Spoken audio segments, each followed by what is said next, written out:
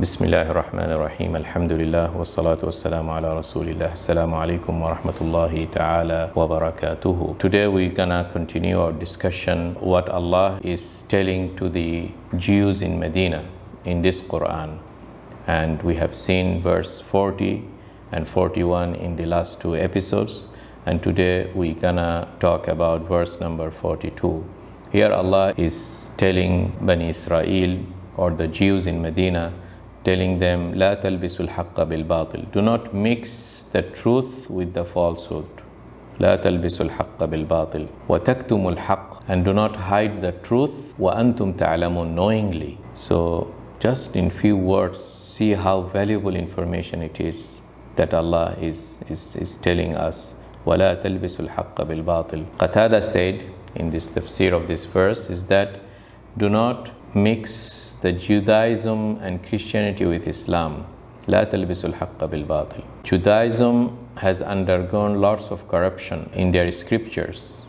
They have introduced man-made things into the Torah and into the gospel. The God and the Son of God. In the gospel they have elevated rank of a person, of a human to the statehood of a God. In Torah, they have assigned weaknesses and deficiencies and shortcomings of human being to Allah subhanahu wa ta'ala. For example, they said that after 6 days of the creation of heaven and earth, Allah became so tired so that he needed to take rest on the 7th day. So getting tiredness is a human trait, and it is a human trait that is a sign of weakness and deficiency and shortcoming in us, and they have assigned this to Allah subhanahu wa ta'ala.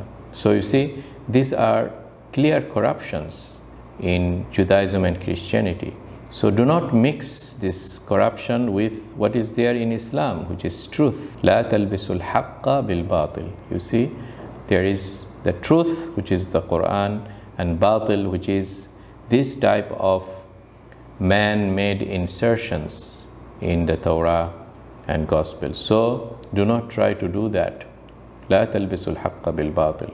And this is the way of the shaitan, because if there is something that is purely batil, purely falsehood, no human mind and heart has an attachment to it, because he can see immediately that this is falsehood. It's a purely falsehood.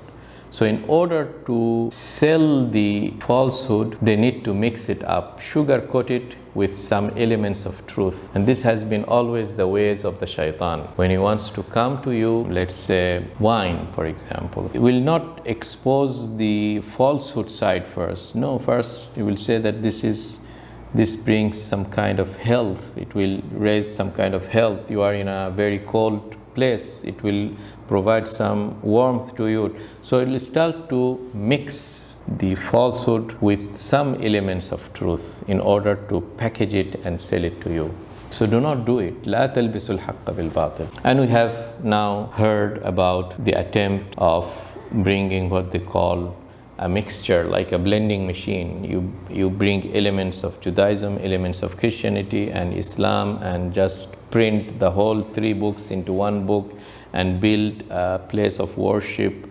In the same place, Muslims and Jews and Christians, they will all worship, and we'll call it Abrahamic Accord or Abrahamic faith and this and that. Okay, so لا تلبسوا الحق بالباطل. There is a truth and there is a falsehood. How can you bring them together? It never mixes. لا تلبسوا الحق بالباطل. And do not conceal the truth. Do not hide the truth. لا تلبسوا الحق بالباطل وتكتموا الحق وأنتم تعلمون. You see, the problem is knowingly doing it. وأنتم تعلمون. If a person commits some sins or follows a falsehood without knowing, then there is a chance for him to go back once he knows. And that's why among the Christians you find many of them, they convert or revert back to Islam. When they are in the darkness and see the light, he has the willingness to accept the light. But for Jews, the problem is Allah saying He is here, وَأَنْتُمْ تَعْلَمُونَ. while you know that Prophet Muhammad is true, but still deliberately you went to the other direction. وَأَنْتُمْ تَعْلَمُونَ. And then Allah is saying, وَأَقِيمُوا الصَّلَاةَ وَآتُوا الزَّكَاةَ وَارْكَعُوا مَعَ الرَّاكِعِينَ. And perform the prayer and give the zakah. Establish the prayer and pay the zakah, which is the alms tax. وَارْكَعُوا مَعَ الرَّاكِعِينَ. And bow down with those who bow down. وَارْكَعُوا مَعَ الرَّاكِعِينَ. So always the salah comes with the zakah. You cannot separate between salah and zakah. No one can separate between salah and zakah. Salah requires establishing it, and it is a physical activity, as zakah is an act of worship obligatory on our money. So we as a human being, we have our physical body as well as our property.